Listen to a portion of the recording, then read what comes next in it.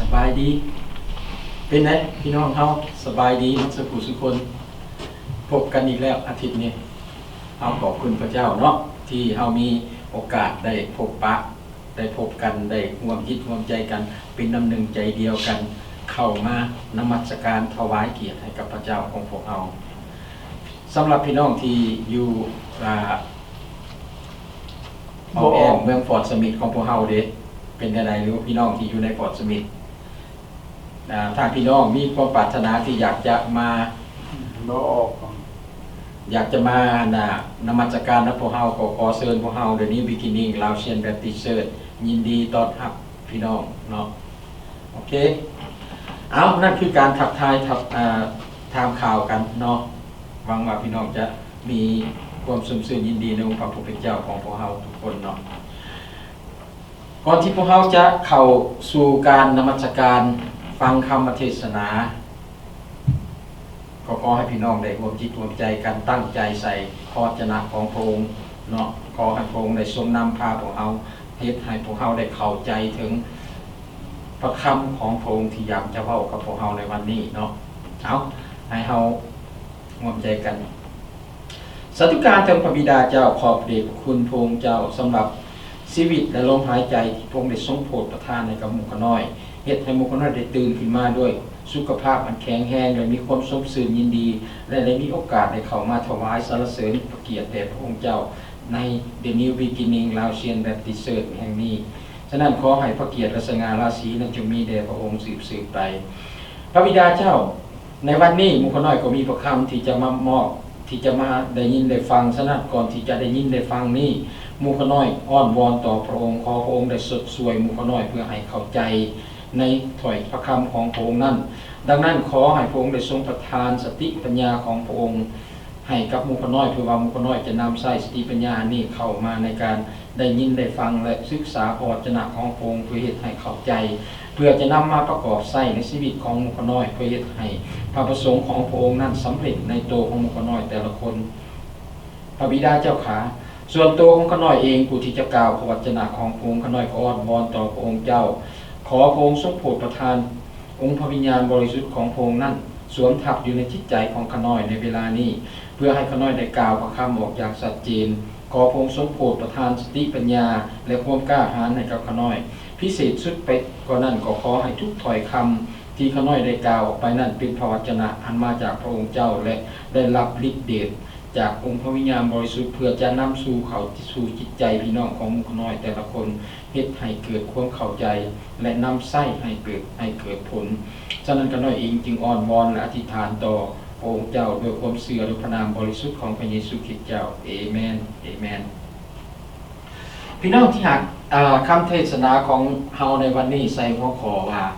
หัวใจของผู้รับใช้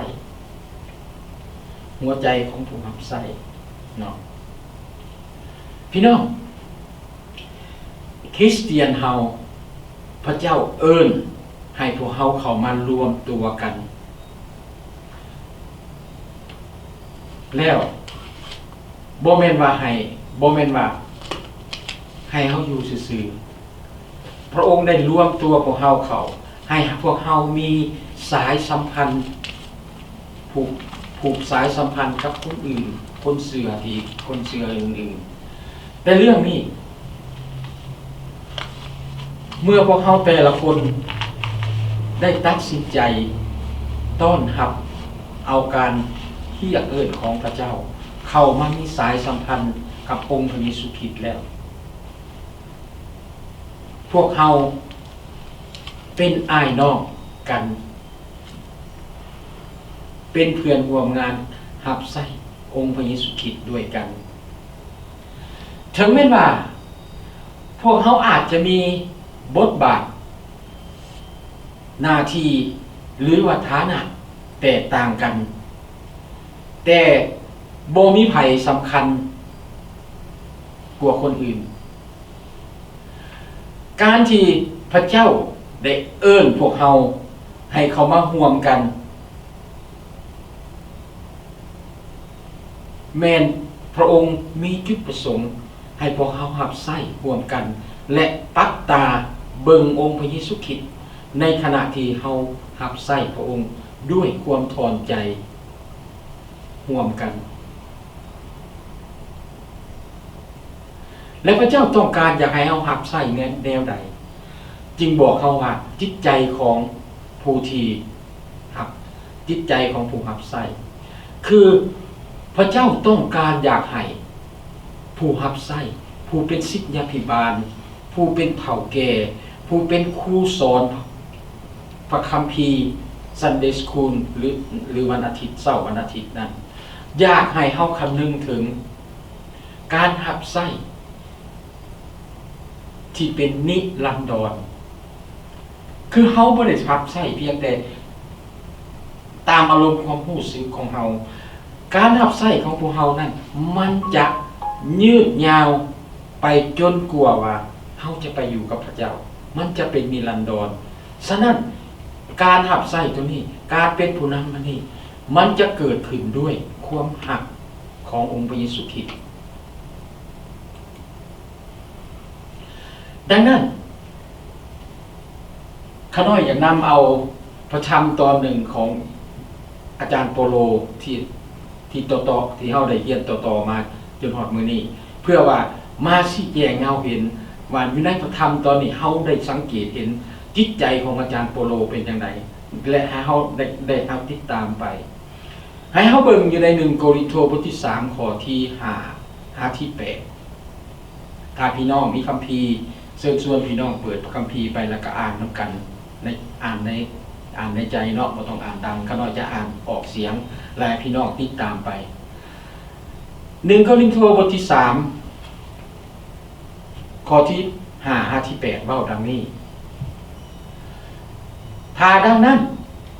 อะโปโลแม่นไผโปโลแม่นไผก็แม่นผู้รับใช้ซึ่งได้สอนพวกเจ้าให้เชื่อเฮาแต่ละคนได้รับใช้ตามที่พระองค์ตามที่องค์พระผู้เป็นเจ้าได้ทรงกำหนดให้เฮาเป็นผู้ปลูกอะโปโลเป็นผู้รดน้ำแต่พระเจ้าทรงบันดาลให้ใหญ่ขึ้นเพราะฉะนั้นผู้ปลูกหรือผู้รดน้ำจึงบ่สำคัญนั่นใดแต่พระเจ้าผู้ทรงบันดาลให้ใหญ่ขึ้นนั่นก็สำคัญผู้ปลูกกับผู้รดน้ำก็เสมอกันแต่ทุกคนก็จะได้รับรางวัลตามการของตนอยู่ในพระธรรมโครินธ์บทที่3เนี่ยในข้อต้นบทข้อ3 5ข้อ4ก็น้อยบ่ได้เอาลงก็น้อยบ่ได้เขียนขึ้นบ่ได้เอามาเว้าเฮาสิเห็นอาจารย์โปโลกล่าวตำหนิคริสเตียนชาวโครินธ์ที่เขาเจ้าเฮ็ดยังมีความคิดคือกับโลก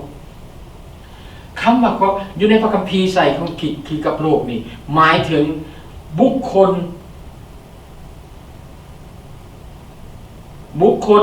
ที่ยังบ่เป็นคริสเตียนที่ยังบ่รู้จักกับองค์พระเยซูคริสต์ที่ยังบ่เข้าใจ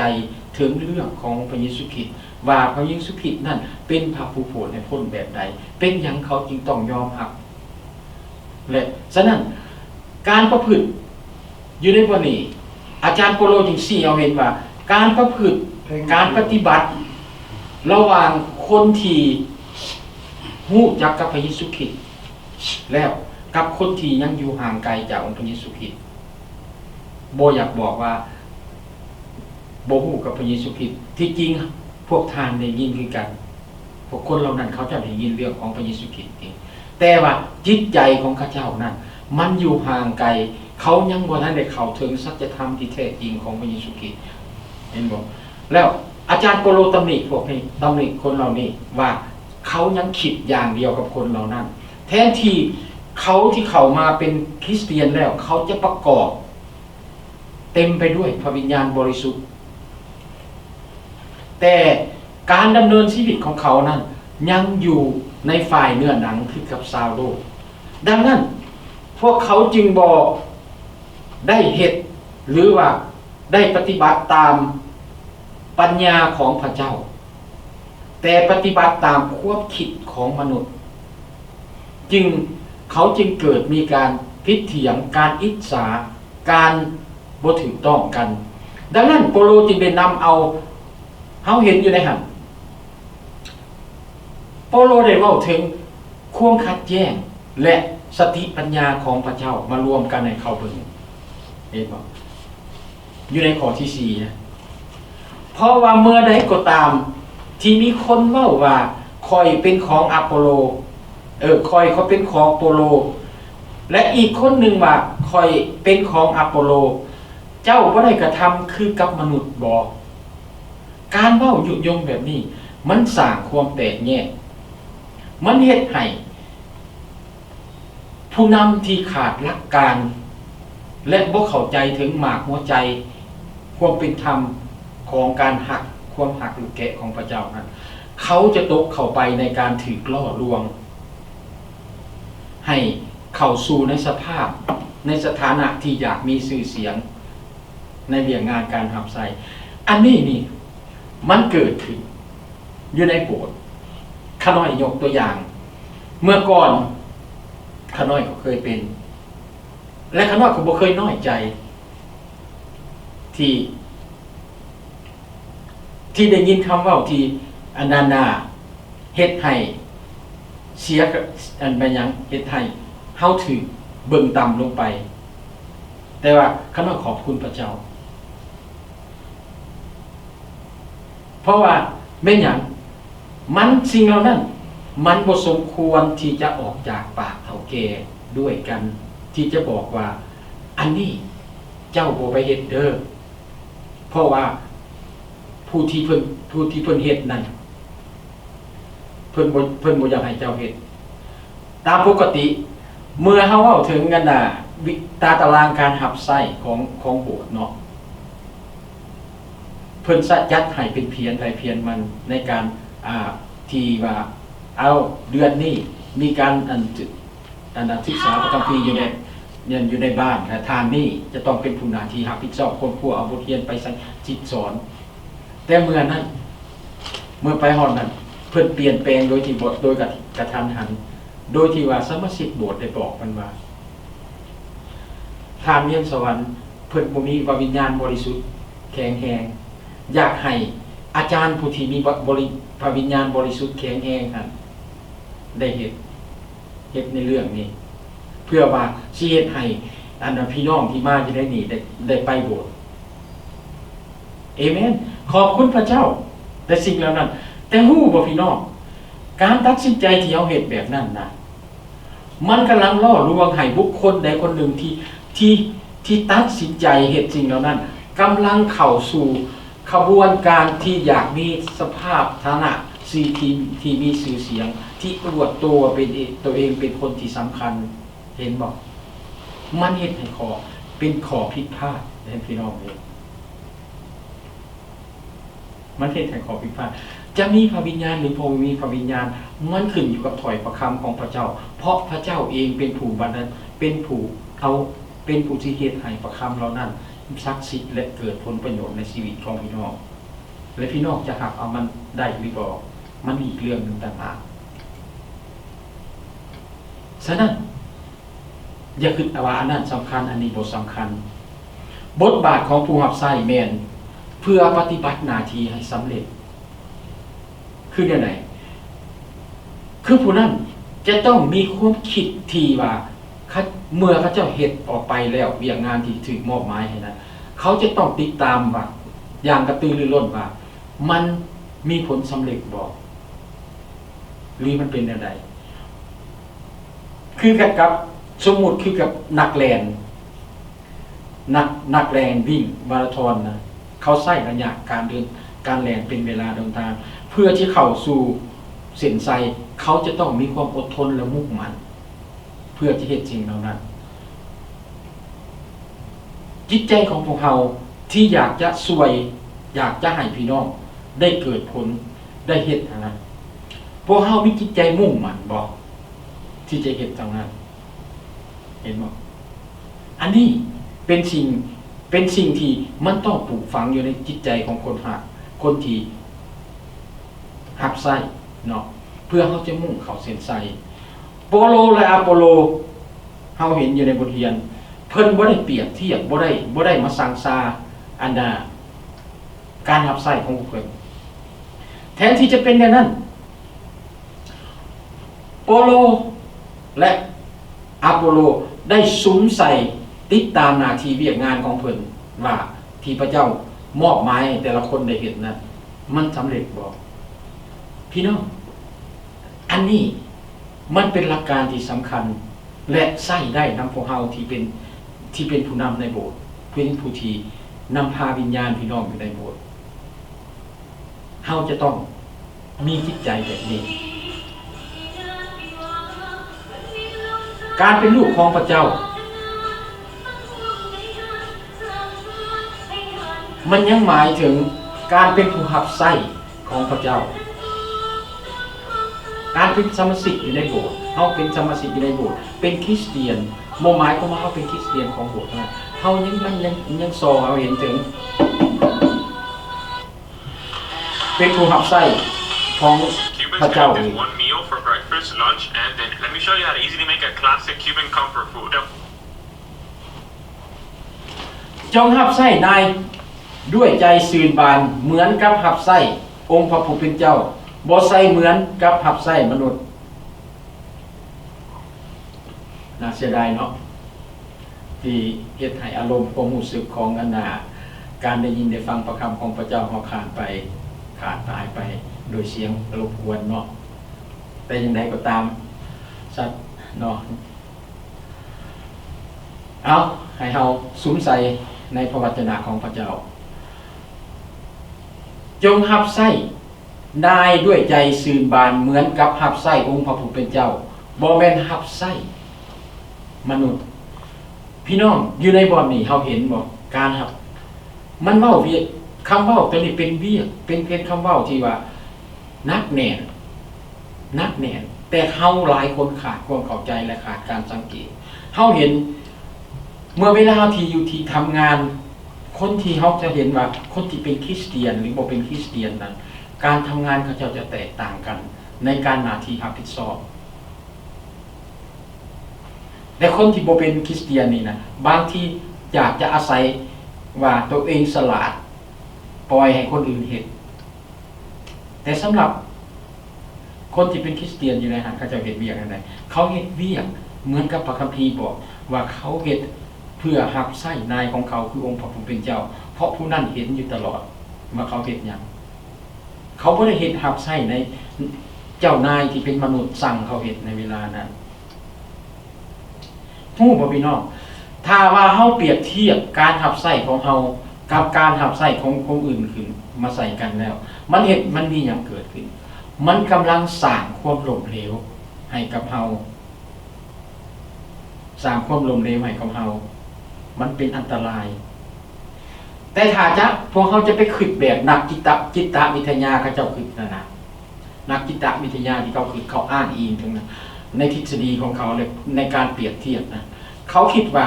มันเป็นแนวคิดที่สร้างแรงจูงใจและขับเคลื่อนตัวเขาเองโดยการเปรียบเทียบกับคนอื่นว่าเขาเก่งกว่าคนอื่นเขาอันนั้นกว่าคนอื่นแต่สำหรับพระคัมภีร์แล้วเป็นจังได๋สำหรับอยู่ในพระคัมภีร์เรียกร้องให้เฮาเฮ็ดหยังให้เฮากวดสอบเบิ่งตนเองว่าเฮาโตวของเฮาเองนี่รับประกันว่าเรื่องงานที่เฮารับใช้ของพระองค์พระผู้เป็นเจ้านั้นเฮาเฮ็ดตามที่พระเจ้าบอกเฮาบอกเฮาเดินตามพระเจ้าตามที่เฮาสมควรจะเฮ็ดบริบทในพระธรรมเยเรมียาได้กล่าวไว้แบบนี้ให้พวกเฮากวดสอบและสำรวจทางของเฮาและหันไปหาพระผู้เป็นเจ้ามันต่างกับคนอื่นมันต่างกับทฤษฎีของคนอื่นในพระคัมภีร์ให้เฮากวดเบิ่งว่านี่ถ้าเฮาบอกว่าเฮาฮักพี่น้องเฮาฮักเขาด้วยใจจริงบ่หรือเฮาฮักเพียงแต่ให้เป็นคำเว้าว่าฮักนั้นผ่านช่องลมปากของเฮาออกไปซื่อโดยบ่มีหยังเกิดขึ้นถ้าเฮาเว้าเฮามีการกระทำมันเห็นเป็นกิริยา เป็นการกระทำที่เฮ็ดและเฮาจับต้องได้เห็นบ่อยู่ในพระคำยังบอกถ้าว่าเฮาพลาดไปเฮ็ดหยังเฮากลับคืนมาหาพระเจ้าหันมาหาพระเจ้าเป็นบอกฉะนั้นการประเมินตนเองโดยเปรียบเทียบกับคนอื่นนะเปรียบเทียบตัวเองกับคนอื่นนั้นมันเป็นขอผิดพลาดมันเป็นการประเมินตัวเองที่เหี้ยหอดเหี้ยห้องให้พวกเราพิจารณาเบิ่งการเสื่อฟังของพวกเราต่อสิ่งที่พระเจ้าได้เอิ้นและได้กาเกียมให้พวกเราเห็นบ่แม่นว่าเฮาสิว่าโอ้ยข่อยกำลังหับไส้คือกับโปโลบ่หรือสิว่าข่อยกำลังหับไส้คืออะโปโลบ่แทนที่จะเป็นนั่นพวกเราควรจะถามตัวของเราเองตัวพวกเราเองว่าเฮากำลังเฮ็ดในสิ่งที่พระเจ้ามีพระประสงค์ให้เราเฮ็ดบ่พระประสงค์ให้เราเฮ็ดนั่นใดถ้าพระเจ้าให้เราเป็นครูสอน Sunday School พวกเราหักในการสอนเราบ่ถ้าเฮาหักในการสอนของเฮาเฮ็ดจังไดบทเรียน Sunday School ออกมาเฮาจะต้องศึกษาค้นคว้าเบิ่งให้มันเข้าใจว่าบทเรียนที่เพิ่นแต่งมานั้นเพิ่นต้องการอยากให้เฮาเอาจุดประสงค์อันใดออกมาให้พี่น้องเฮาที่ยังขาดความเข้าใจอยู่ในพระคำตอนนี้ให้ได้เข้าใจเฮาเฮ็ดสิ่งนั้นบ่นั่นแหละคือสิ่งที่จุดประสงค์ของพระเจ้าคือพระเจ้าต้องการอยากให้เฮาทุกคนเข้าใจนามพระทัยของพระองค์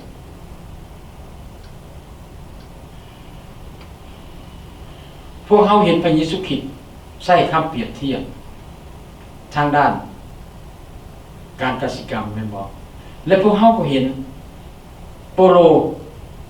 ได้ติดตามตัวอย่างของพระเยซูคริสต์โดยการเปรียบเทียบคริสตจักรใส่กับทงนาและนี่เฮ็ดให้พวกเฮาเข้าใจว่ามีเวียกงานที่แตกต่างกันถ้าอยู่ในนาคือนาทงนี่นาทงนี่คือ the new beginning Laotian Baptist Church มีบางคนที่บ่เข้าใจในคำเทศนาของ the new beginning ที่ออกไปว่าโอ้ยมันเป็นอย่างนั้นแล้วนี่ข้าพเจ้าได้ให้แต่บอกแต่ว่าการทำงานมันแตกต่างกันและเฮาจะเบิ่งแนวใดในการทำงานนั้นว่าเดี๋ยวนี้จิตใจของผู้ที่ทำงานกำลังเฮ็ดงานกับคนใดแม่นบ่เฮาเห็นอยู่ในพระคำตอนนี้เฮาก็ได้เห็นคือกันอาจารย์โปโลได้ว่าบางคนต้องเป็นคนปลูกและบางคนต้องเป็นผู้บัวระบัดฉะนั้นอยู่ในโบสถ์ของพวกเฮานี่การที่สอนหรือว่าการให้กำลังใจอันใดต่างๆคือกันบางคนที่เป็นศิษยาภิบาลบางคนก็จะใช้คำแข็งบางคนจะใช้คำอ่อนบางคนก็จะเป็นคือกับซิวซอกของเฮาซอกความบากของเฮาให้มันออกเนาะถ้ามันนาแน่บางอาจารย์ก็สิเป็นคือกับคอดที่ไปตอกมันให้เกล็ดมันตกคันสั่นก็เกล็ดบากเฮาสิบ่ออกเด้มันออกยากได้เนาะแม่นบ่ฉะนั้นเพิ่นจึงเว้าเรื่องนี้เ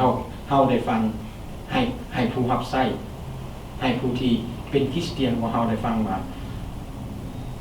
มันจะต้องมีคนปลูกและบางคนจะต้องเป็นคน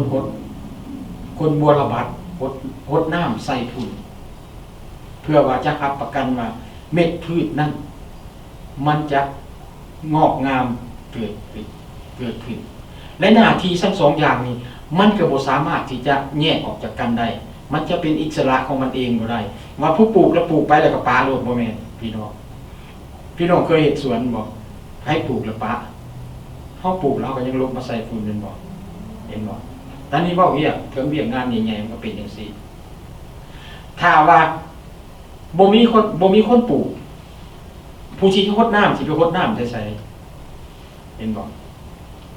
ถ้าว่าคนปลูกไว้แล้วบ่มีผู้บ่ระบาดมันสิเป็นจังไดมันก็บ่งอกงาม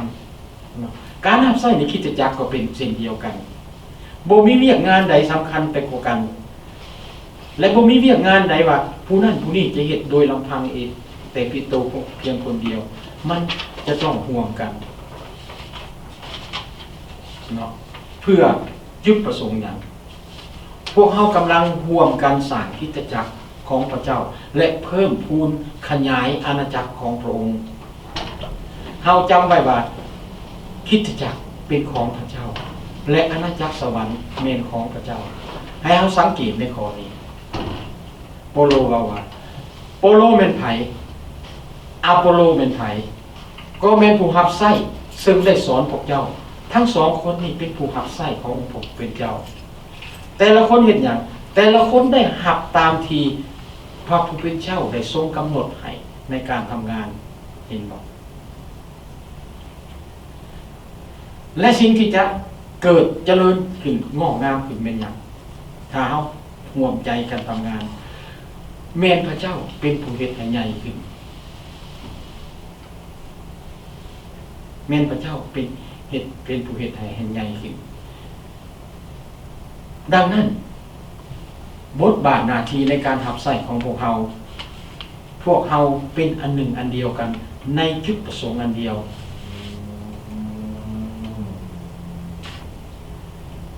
ผู้ปลูกและผู้รดน้ำเป็นหนึ่งเดียวกันเมื่อพวกเขาร่วมจุดประสงค์อันเดียวกันจะมีหยังเกิดขึ้นผลผลิตมันก็จะงอกงามอยู่ในคริสตจักรบ่มีดอกอยู่มุมนั่นจะเว้าเมื่อเทศนาจบลงไปจะได้ยินคำนินทาดังนั้นดังนี้หรือว่าอยู่แจนั่นจะเว้าโอ้ยคำเทศนาของอาจารย์มื้อนี้ถือกับผู้นั้นผู้นี้บ่มี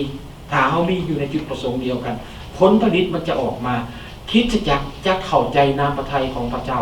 คริสตจักรจะใหญ่ขึ้นเพราะเขารู้ว่านี่คือคริสตจักรของพระเจ้านี่คือราชอาณาจักรของพระเจ้าเขาจะเป็นคนขยายราชอาณาจักรของพระเจ้าเฮาทุกคนมีหน้าที่รับผิดชอบต่อราชอาณาจักรของพระเจ้ามีหน้าที่ขยายราชอาณาจักรของพระเจ้านั่นคือจุดประสงค์เดียวทานและข้าพระเจ้าแม่นรับใช้จุดประสงค์ขององค์พระผู้เป็นเจ้าร่วมกัน1โครินธ์บทที่3ข้อที่9-51ได้เว้าดังนี้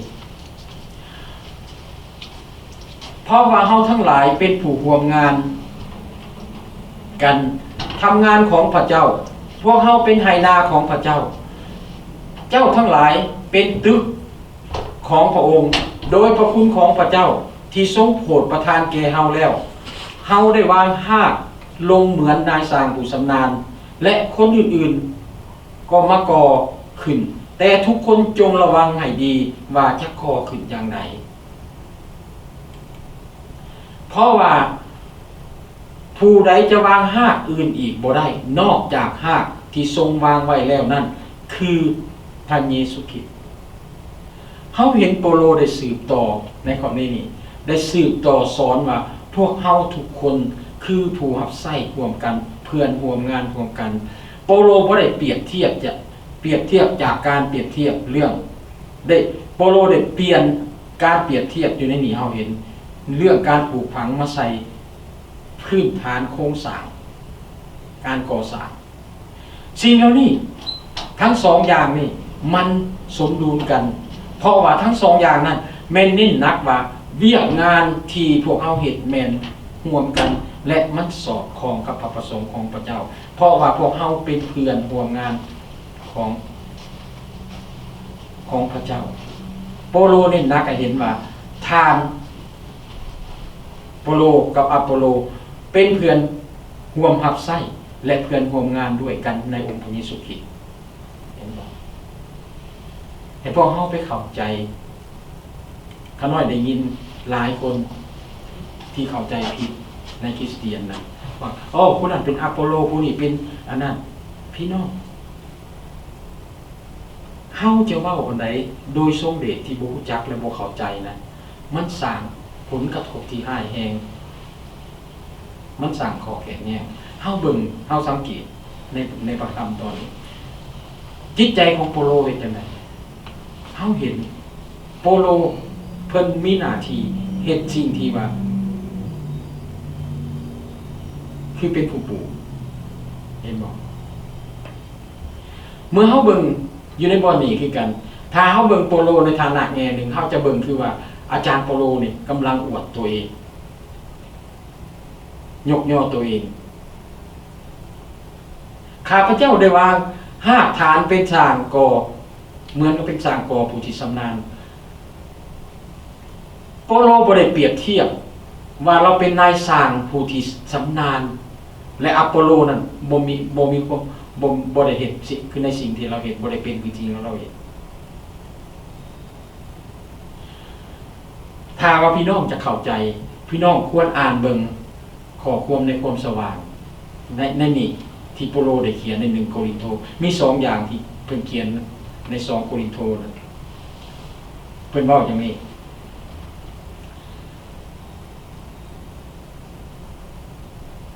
อันที่1ครับ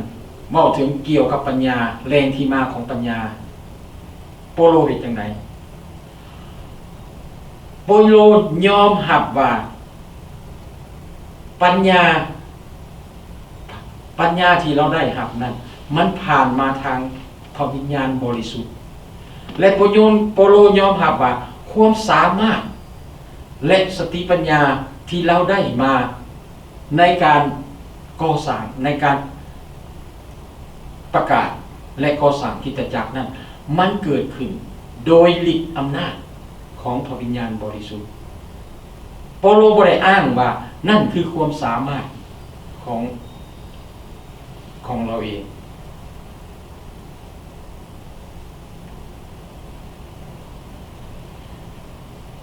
ดังที่พวกเราในทุกวันนี้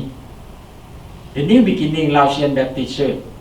เข้าใจว่าการเดินไปของคริสตจักร The New Beginning Laotian Baptist Church ที่ยังมั่นคงและเดินไปอยู่นี่แม่นโดยเดชพระวิญญาณบริสุทธิ์ของพระเจ้าแม่นพระวิญญาณบริสุทธิ์ของพระเจ้านำฉะนั้นเฮาจะเห็นการเอิ้นและการเรียกเอิ้นถ้าว่าคนที่เข้าใจและสิวิจัยในคำที่เฮาเทศนานะเฮาจะเข้าใจถึงว่าพระเจ้ากำลังเว้าถึงสิ่งใดห้องหาไปบอกผู้ใดเอิ้นเอาไปเห็นบ่และอันที่2ให้พวกเราสังเกตดูว่าสิ่งที่โปโลได้เฮ็ดด้วยความสามารถและสติปัญญานั้นว่ามันเป็นอันใดที่โปโลบอกว่าหากฐานเฮาเห็นข้าน้อยได้เทศนาไปแล้ววันก่อนนี่บอกว่าโปโลพระเจ้าได้ส่งโปโลไปที่โกรินโธให้แบ่งปันข่าวประเสริฐพระกิตติคุณของพระเจ้าและให้สร้างคริสตจักรอยู่หั่นคือปลูกฝังรากฐานพื้นฐานของคริสตจักรและการรับผิดชอบการว่ารากฐานความเชื่อนั้นเป็นพื้นฐานของคริสตจักรและรากฐานนั้นจะต้องตั้งอยู่ในองค์พระเยซูคริสต์เห็นบ่เปาโลได้เฮ็ดจริงเหล่านี้แล้วไปประกาศเป็นพยานในเมืองนั้นแต่เรียกงานที่ว่าจะเฮ็ดให้คริสตจักรดำเนินก่อสร้างขึ้นไปต่อไปมันเป็นอะไรมันจะต้องมีเวียกงานการก่อสร้างคริสตจักรหรือว่าการยืนมือออกไปหาผู้ที่บ่เชื่อการสร้างสาวกและการที่จะยู่หนุนให้กำลังใจซึ่งกันและกันสิ่งเหล่านี้บ่แม่นหน้าที่ของคนคนเดียวมันจะต้องซอยกันหลายคริสตจักรสอบหาศิษยาภิบาลในขณะที่คณะกรรมการที่สอบหาศิษยาภิบาลเขาเจ้าเฮ็ดหยังเขาเจ้าอยากได้หยังอันนี้ข้าน้อยก็ฮักว่าข้าน้อยเคยผ่านประสบการณ์ตัวนี้เขาอยากได้ ศิษยาภิบาลที่สามารถเฮ็ดให้โบสถ์ของข้าเจ้านั้นเติบโตถ้าเขาเฒ่าแก่มาประชุมกันที่จะเลือกเอาผู้ใดผู้หนึ่งขึ้นมาเป็นศิษยาภิบาลหรือเลือกเอาผู้ใดผู้หนึ่งที่อยู่ข้างนอกขึ้นมาเป็นศิษยาภิบาลเขาจะแน่ใส่ใจว่าผู้นี้จะนำคริสตจักรให้เจริญขึ้นได้บ่พี่น้องถ้าเฮาคิดว่าสิให้ศิษยาภิบาลเฮ็ดให้คริสตจักรเจริญเติบโตใหญ่ขึ้นนะทานกำลังมีขอผิดพลาดในการคิดทานจะผิดหวังบทบาทหน้าที่ศิษยาภิบาลบ่แม่นเพื่อมาเฮ็ดเวียกหรือเฮ็ดมิชชันนารีที่เป็นความคาดหวังของคริสตจักรที่เป็นที่จะเฮ็ดให้คริสตจักรเติบโตนั้นบทบาทหน้าที่ของศิษยาภิบาลและการเรียกเอิ้นของเราหันแม่นหยังมาบำรุงดูแลคริสตจักรให้เจริญให้งอกงามขึ้นทางฝ่ายจิตวิญญาณช่วยคนทั้งช่วยเลี้ยงดูจิตวิญญาณของพี่น้องเฮ็ดให้สมาชิกอยู่ในโบสถ์ได้รับพระพรจากพระเจ้าเฮ็ดให้เขามีความพร้อมที่จะยืนขึ้นรับใช้องค์พระผู้เป็นเจ้าเฮ็ดให้เขาเฮ็ดให้เขาได้รับว่ารู้สึกตัวเองว่าเขาบ่ด้อยค่าเขาบ่ได้เป็นคริสเตียนที่มานั่งเอาที่นั่งของโบสถ์แต่เขาเข้ามาเพื่อจะต้อนรับเอาประคำของพระเจ้าที่เขาได้ยินได้ฟังผ่านจากผู้รับใช้แล้วเขาจะนำออกไปเฮ็ดสิ่งเหล่านั้นไปขยายสิ่งเหล่านั้นออกไปคืออ้อมว่าขยายอาณาจักรของพระเจ้าเห็นบ่ศิษยาภิบาลจะมีความพร้อมที่จะเลี้ยงดูเฮ็ดให้เขามีอาหารที่จะได้กิน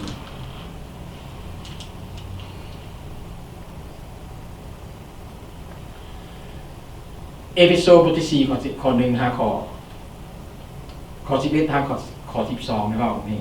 ของพระราชทานของพระองค์ก็คือให้ลางคนเป็นอัครสาวกลางคนเป็นผู้ประกาศพระธรรมลางคนเป็นผู้ประกาศข่าวประเสริฐลางคนเป็นศิษยาภิบาลและอาจารย์เพื่อจัดเตรียมพลทั้งหลายให้พลทั้งหลายของพระองค์ให้เป็นผู้รับใช้ที่เหมาะสมเพื่อเสริมสร้างพระกายของพระคริสต์ให้เจริญขึ้นคำเว้าอยู่ในตัวนี้พี่น้อง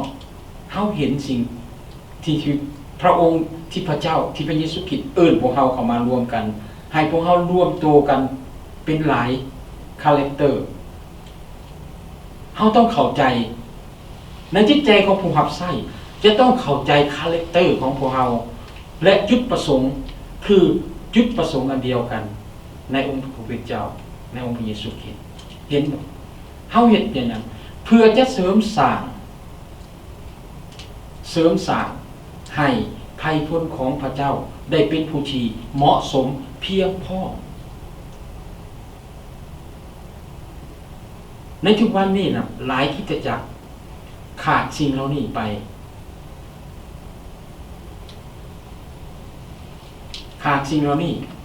ลืมไปว่า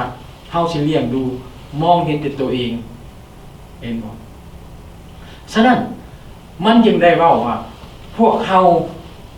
เว้าได้อีกอย่างนึงว่าพวกเฮาอยู่ในขบวนในการก่อสร้างซึ่งกันและกันในขณะที่พวกเฮาร่วมอยู่ด้วยกันในการเสริมสร้างซึ่งกันและกันนั้นพวกเฮาเฮ็ดในส่วนที่พวกเฮาที่องค์พระผู้เป็นเจ้ามอบหมายให้พวกเฮาและพวกเฮาต้องรับประกันว่าพวกเฮากำลังก่อสร้างพื้นฐานอย่างระมัดระวังการก่อสร้างอย่างระมัดระวังเกิดขึ้นเมื่อพวกเฮาปฏิบัติตามแผนอันเดียวกันแบบแผนของคริสตจักรที่วางไว้ในพระ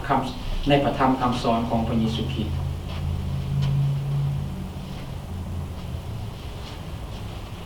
พวกเขามีตัวอย่างหลายอย่างที่พวกเขาจะศึกษาอยู่ในพระคัมภีร์เฮาศึกษาเบิ่งพระคัมภีร์ในต้นของในการคริสตจักรก่อน เพราะเฮาได้เรียนแม่นบ่เพราะเฮาจะต้องเรียนเบิ่งในคำแนะนำของโปโลได้เห็นบ่แม่นว่าเฮาจะเรียนเอาแต่สิ่งที่ดีๆเท่านั้นเฮาเรียนสิ่งที่ดีเฮาเห็นสิ่งที่ดีและเฮาเห็นสิ่งที่บ่ดีและทั้งสองอย่างที่ประกอบเข้าระหว่างสิ่งที่ดีสิ่งที่เกิดผลและสิ่งที่บ่เกิดผลในพระคัมภีร์ที่กำลังนั่นที่เฮากำลังเรียนนั่นมันเฮ็ดหยังเฮ็ดให้เฮาเห็นถึงคุณค่าของคำสัญญาของพระเจ้าเฮาเห็นทั้งคำพันธสัญญาเดิมและพันธสัญญาใหม่แม่นบ่อยู่ใน1โครินธ์บทที่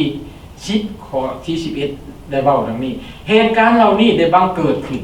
แก่เขาเพื่อเป็นตัวอย่างแก่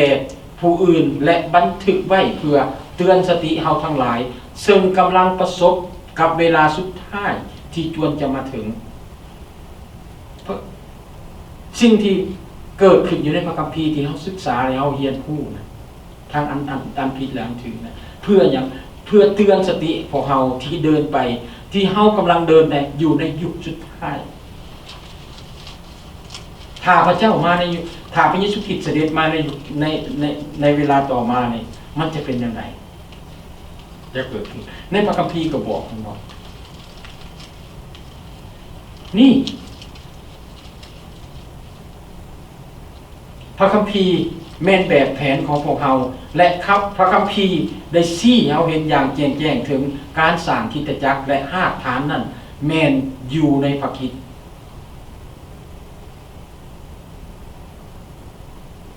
คริสตจักรจะบ่อยู่โดยบ่มีพระคริสต์ถ้าคริสตจักรบ่อยู่ในโดยที่บ่มีพระคริสต์เฮาสิเห็นหยังเฮาสิเห็นความวุ่นวายความแย่งดีชิงเด่นกันอยู่ในที่นั้นเฮาสิเห็นการยกย่องพี่น้องถ้าบ่มีราชกิจของพระเยซูคริสต์บ่มีการตายและบ่มีการฟื้นคืนพระชนของพระเยซูคริสต์เป็นจุดใจกลางของชีวิตของคริสเตียนของพวกเฮาบ่แตกต่างพวกเฮามารวมกันอยู่ที่นี่มันบ่แตกต่างหยังกับสโมสรในสังคมที่พวกเฮาเคยอยู่มาก่อนเฮาเห็นอยู่ในพระคัมภีร์บอกว่าเฮาให้เขาเข้าใจว่ามันสิเป็นหนึ่งที่น่าเสียดายที่คริสตจักรหลายแห่งได้ลืมเรื่องนั้นเฮาเบิ่งถ้าเฮาเบิ่งคริสตจักรบางครั้งนะเฮาอาจจะเบิ่งว่ามันเริ่มต้นด้วยรากฐานที่ถูกต้องสร้างถึงพระกิตติคุณของพระเจ้าแต่เมื่อเวลาผ่านไปความสำคัญของบุคคลมันมาเปลี่ยนแปลงเขาเอาโครงการต่างๆมามีความสำคัญหลายขึ้นบางครั้งคริสตจักรยังได้ยกย่องผู้นำขึ้นเหนือความเป็นพระเจ้าขององค์พระเยซูคริสต์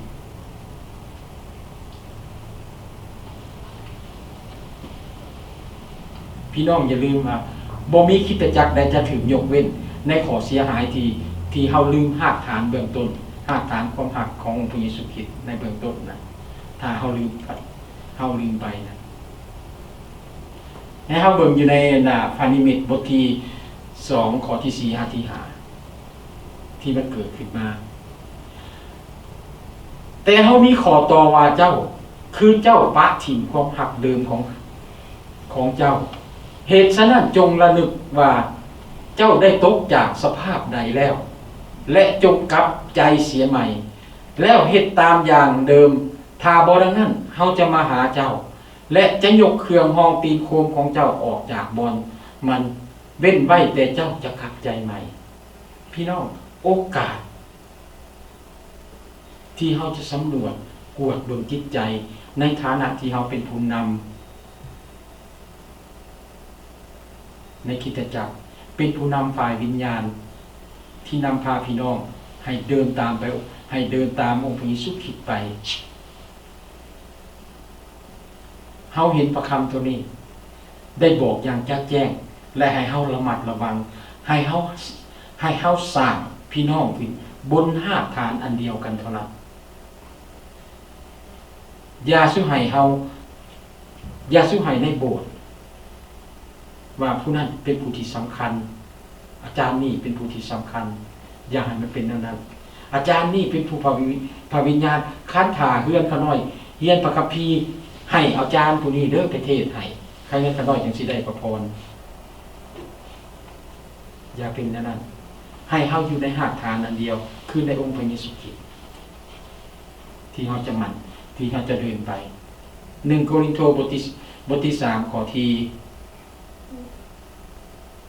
12-13ได้บอกดังนี้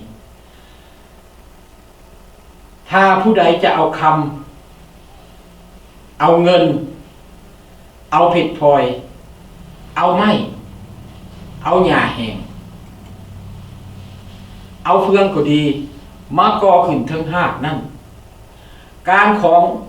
ทุกคนก็จะได้ปรากฏแจ้งด้วยว่าเวลานั้นจะเห็นได้แจ้งเพราะจะเห็นได้แจ้งด้วยไฟนั่นจะทดลองเบิ่งว่าการของคนนั้นเป็นอย่างไหนถ้าการงานของผู้ใดที่ก่อขึ้นทนอยู่ได้ผู้นั้นก็จะได้รางวัลถ้าการงานของผู้ใดถูกเผาไฟใหม่เสียไปจะขาดรางวัลแต่ตนก็จะได้พ้นแต่เหมือนผ่านพ้นภัยพี่น้องมาคิดเบิ่งในสิ่งที่พวกเฮาก่อสร้างในสิ่งที่สำคัญในการก่อสร้างของพวกเฮาหรือในการรับใช้ของพวกเฮาโปโลได้ระบุให้เห็นถึงอันดาวัสดุก่อสร้างและแห่ธาตุเช่นคำเงินเพชรพลอยที่มีราคาแพง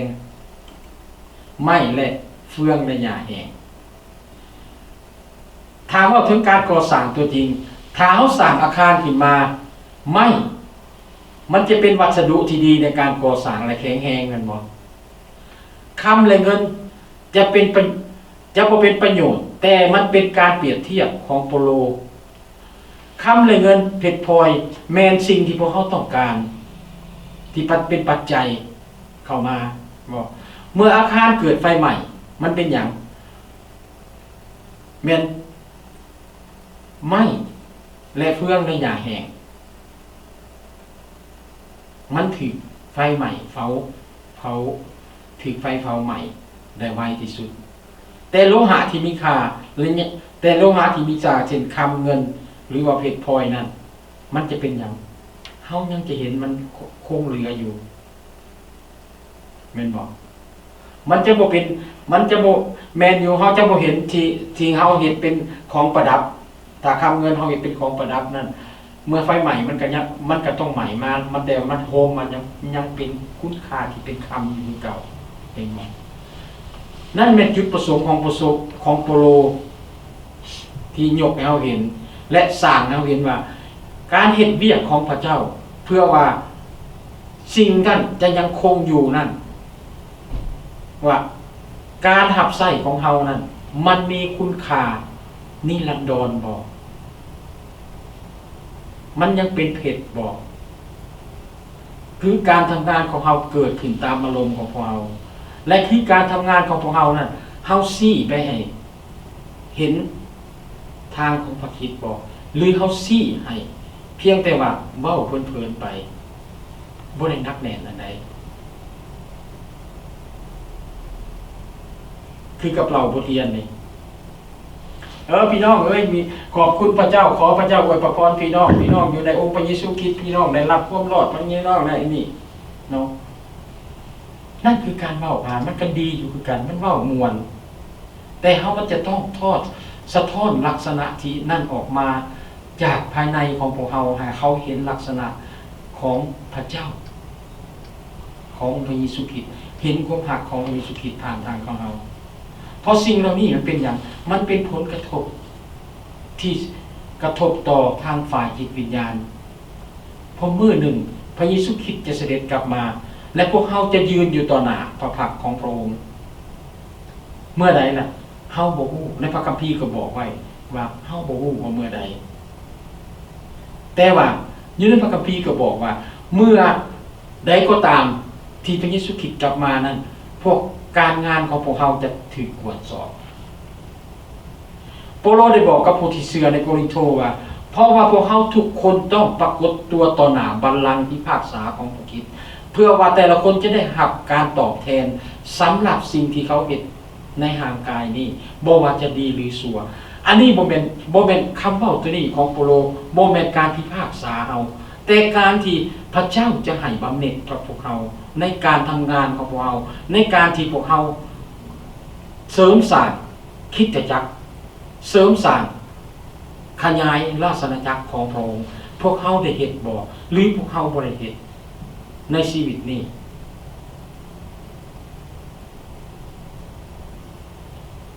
พระเจ้าเปาโลอยากให้เขาเข้าใจจุดประสงค์ของพระเจ้ามีอย่างชัดแจ้ง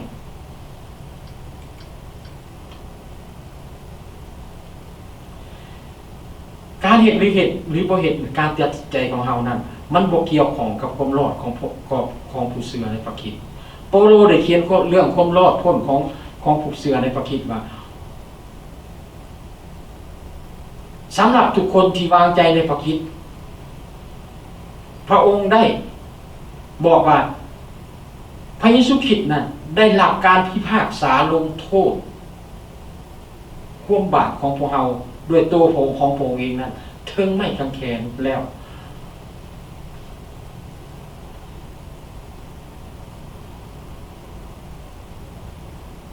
ถ้าเวลาใดที่พวกเขายืนอยู่ต่อหน้าพระองค์ในฐานะเป็นบุตรของพระองค์นั้นพวกเขาได้รับความรอดและแม้นการกระทำและการหับใส่ของพวกเขาพระองค์จะตรวจสอบดังนั้นแม้นเหตุผลที่โปโลสามารถเว้าว่าเขาจึงเห็นเหตุผลนี้สามารถเว้าว่าถ้าเรียกงานของผู้ใดก็ตามแต่ละคนนั้นสร้างขึ้นอยู่รอดผู้นั้นก็ได้รับรางวัลบ่ได้เว้าถึงเรื่องความรอดเว้าถึงรางวัลแม่นบ่ถ้างานผู้ใดถูกเผาไฟไหม้ไปผู้นั้นก็จะสูญเสียแต่ตัวของเราเองนั้นจะได้รับความรอดคือกับผ่านพ้นภัยหมายความว่าใดๆขน้อยก็ยังเข้าใจยากอยู่ตัวนี้ถ้าได้นะสิมื้อหน้าสิมาต่อตามความเข้าใจของขน้อยที่ขน้อยเข้าใจในเวลานี้เฮาจะได้รับอยู่เพราะเฮาไว้วางใจในองค์พระผู้เป็นเจ้าแล้วในองค์พระเยซูคริสต์เรียบร้อยแล้วและเฮาก็ติดตามพระองค์ไปแต่ว่าในการติดตามของพวกเฮานั้นเฮาบ่เคยที่จะได้ประกอบส่วนในการงานของพระองค์และเมื่อนั้นถ้าว่าเพิ่นถ้าเฮาอยู่ตอนยืนต่อหน้าพระเยซูคริสต์คือเฮาอยู่ในห้องเฮาแบบนี้ถ้าพระเยซูคริสต์มาพระเยซูคริสต์เอาผู้นั้นผู้นี้ออกมาจานซอเวียนสวรรค์นำเบาตันหลายคนมายืนอยู่บนนี้แต่หลายคนนั่งอยู่ซื่อบ่ได้ถือเสียงแต่พวกนี้ได้รับของพระราชทานของรางวัลแต่พวกเฮาในห้องนี้ได้ไปนำกันแต่ว่ามันบ่ได้นั่นล่ะมันก็คือกับขน้อยคิดว่ามันคือกับผ่านพ้นภัยเฮาไปโดยที่ว่าเฮาบ่มีส่วนประกอบอันดีไปกว่านี้นั่นพระคริสต์พี่น้องที่รักข้าพเจ้าปรารถนาที่ข้าพเจ้าอยากเฮ็ดบ่เพียงแต่ว่าให้ความได้รับความรอดเท่านั้น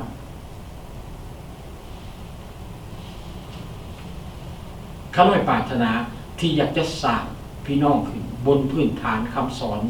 ของพระเยซูคริสต์อยากให้พี่น้องได้เข้าใจ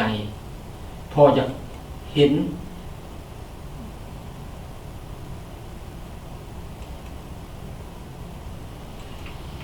็นส่วนประกอบที่สำคัญที่พี่น้อง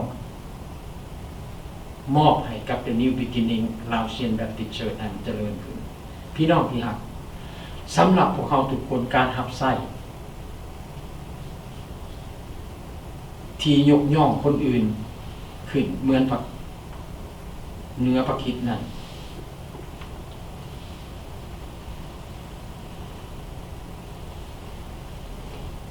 เฮาอย่าให้มันเกิดขึ้นเพราะหยังเพราะมันกำลังจะสั่งพรายให้ตัวเองเฮ็ดให้ตัวเองหลงเข้าไปในการล่อลวงสิ่งเหล่านั้นมันจะถูกเผาไหม้ในมือนั้นมันจะบ่ได้รางวัลอันใด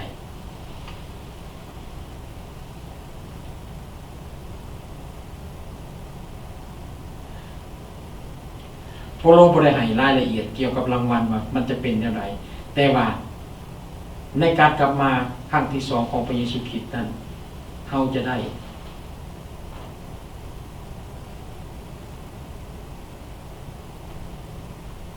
และข้าพเจ้าก็บ่ได้เข้าใจบ่มีความสงสัยในแรงจูงใจของโปโลที่เราได้เติบใหญ่ขึ้นด้วยความรักของพระเยซูคริสต์ที่เราเห็นจริงแล้วนั้นให้กับพระเยซูคริสต์เฮาได้เรียนรู้หลายอย่างเฮาเห็นบางตอนของพระคัมภีร์ของโปโลในจดหมายของเราเราบอกว่าเราถึงอับอาย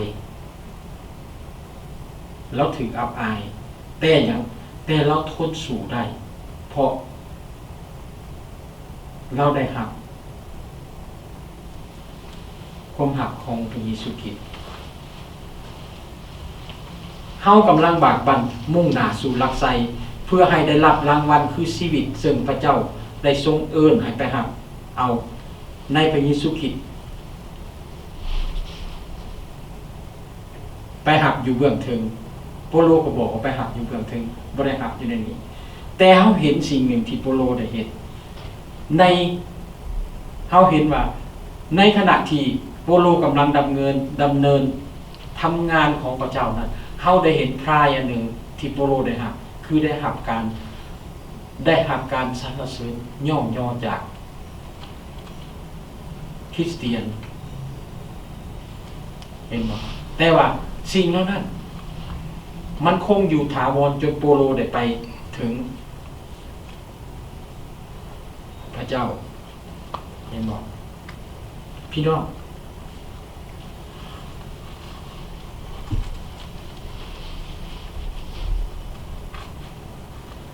ข้าพระเจ้าฮู้ว่ารางวัลนั้นมันมีความหมายในไหนแต่ข้าพระเจ้าฮู้ว่ามันมีคุณค่าเกินกว่าระดับที่พวกเขาจะได้รับแน่นอนว่าสิ่งเหล่านั้นเขาก็อาจจะคิดว่ามันบ่สมควรแต่เขาได้รับมันขอให้พวกเขาได้รับใช้พระเจ้าด้วยการทอมใจและรับใช้ด้วยกันไปโดยมีคุณค่าในพระเจ้าสร้างคริสตจักรของพระองค์ให้เจริญงอกงามขึ้นและก็เฮ็ดให้พระประสงค์ของพระองค์นั้นสำเร็จเพราะว่าพระเจ้าบ่ต้องการที่อยากจะเห็นลูกของพระองค์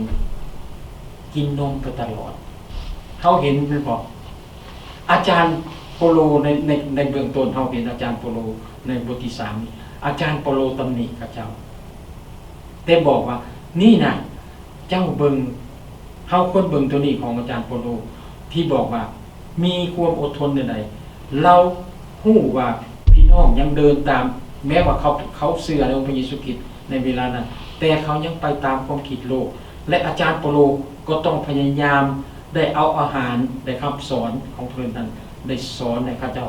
เพื่อว่าจะพยุงกันขึ้นแต่พยุงเขาขึ้นให้เขาได้ไปถึงจุดหมายที่พระเจ้าคาดหวังให้นั่นหมายความว่าเมื่อเวลาที่พวกเราพบองค์พระผู้เป็นเจ้าหน้าต่อหน้าพระองค์อยากให้เราได้รับของขวัญอีกอันหนึ่งในนั้น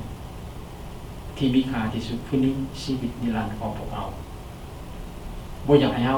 หักคือกับได้หักผ่านพ้นไปคือได้หักตามนามสื่อของพระเยซูคริสต์ซื่อแต่อยากให้มีผลการขึ้นได้ครับเอเมนฉะนั้นพี่น้องให้เราสำรวจกวดบนจิตใจในการหับไส้ของพวกเราว่าเราหับไส้ด้วยความหักบ่ขน้อยกวดเบิ่งเรื่อยๆข ขาน้อยมั่นใจว่าขาน้อยหับใส่ด้วยความหักเพราะอย่างเพราะขาน้อยคิดว่าในอยู่ในเดือนนี้ปีกินเองอาจารย์ซอบหับใส่ด้วยความหักถ้าว่าคนอื่นหรือว่าคริสเตียนกลุ่มอื่นที่เบิ่งเดอะนิวบิกินิ่งลาวเซียนแบปติสต์เชิร์ชที่มีสมาชิกเพียงหน่อยเดียวเขาอาจจะคิดว่าบุคาบุเกิดผลแต่ในพระเจ้ามันจะเกิดผลแต่คุณด้วยความหักเป็นอย่างจึงเหตุคนในที่นี่บ่ฟังแต่คนที่อื่นที่เขาเจ้าเรียกห้องเขาอยากฟังเขาอยากได้สิ่งเหล่านี้เขาเห็นและเขานำไปใช้อยู่ในชุมชนของคริสตจักรของข้าเจ้านั่นเป็นสิ่งที่พระพรอันหนึ่งที่พระเจ้าได้เฮ็ดให้พวกเราได้เฮ็ดออกไปเพื่อเฮ็ดให้ซุ้มนั้นได้เกิดขึ้นเฮาขอบคุณพระเจ้านี่แม่นเฮาเฮ็ดด้วยความหักแม้ว่าคนอื่นจะเห็นว่ามันบ่ถูกต้องมันเป็นคนคือกับคนเสียจิตเฮ็ดแต่เฮาเต็มใจเฮ็ดอาเมนเฮาขอบคุณพระเจ้าสิ่งที่พระเจ้ามอบให้เฮาเฮ็ดเฮาจะเฮ็ดจนถึงที่สุดขอพระเจ้าอวยพรสาธุการถึงพระบิดาเจ้าขอบพระคุณพระองค์เจ้าสำหรับทุกสิ่งที่พระองค์ได้ทรงประทานให้กับหมู่ข้าน้อยและขอบคุณสำหรับประคำในมือนี้ที่พระองค์ได้ให้หมู่ข้าน้อยได้เห็นได้กวดโดยจิตใจของหมู่ข้าน้อยที่เป็นผู้รับใช้ให้หมู่ข้าน้อยได้เห็นสิ่งที่เฮ็ดด้วยความหักหรือสิ่งที่บ่เฮ็ดด้วยความหักสิ่งที่เฮ็ดด้วยการอยากมีชื่อเสียงหรือสิ่งที่เฮ็ดด้วยให้พระประสงค์ของพระองค์สำเร็จในตัวของหมู่ข้าน้อยฉะนั้นหมู่ข้าน้อยขอบใจในสิ่งเหล่านี้ที่พระองค์ทรงให้หมู่ข้าน้อยได้เข้าใจโอ้พระบิดาเจ้าข้าวันนี้หมู่ข้าน้อยขอจบสิ้นในการนมัสการและจะแยกย้ายกันกลับบ้านก็ขอให้พระองค์ทรงได้สถิตอยู่ในหมู่ข้าน้อยในทุกคนทุกแห่งที่หมู่ข้าน้อยไปและขอให้ทุกสิ่งทุกอย่างที่หมู่ข้าน้อยได้เฮ็ดได้กระทำในการทำมาหากินอาทิตย์ต่อไปได้เกิดผลดีทุกอย่างและขอให้หมู่ข้าน้อยได้มีโอกาสในเวลาได้เข้ามาสรรเสริญถวายพระเกียรติแด่พระองค์อีกในอาทิตย์ต่อไปฉะนั้นหมู่ข้าน้อยจึงอ้อนวอนและอธิษฐานต่อพระองค์เจ้าด้วยความเสื่อในพระนามบริสุทธิ์ของพระเยซูคริสต์เจ้าอาเมน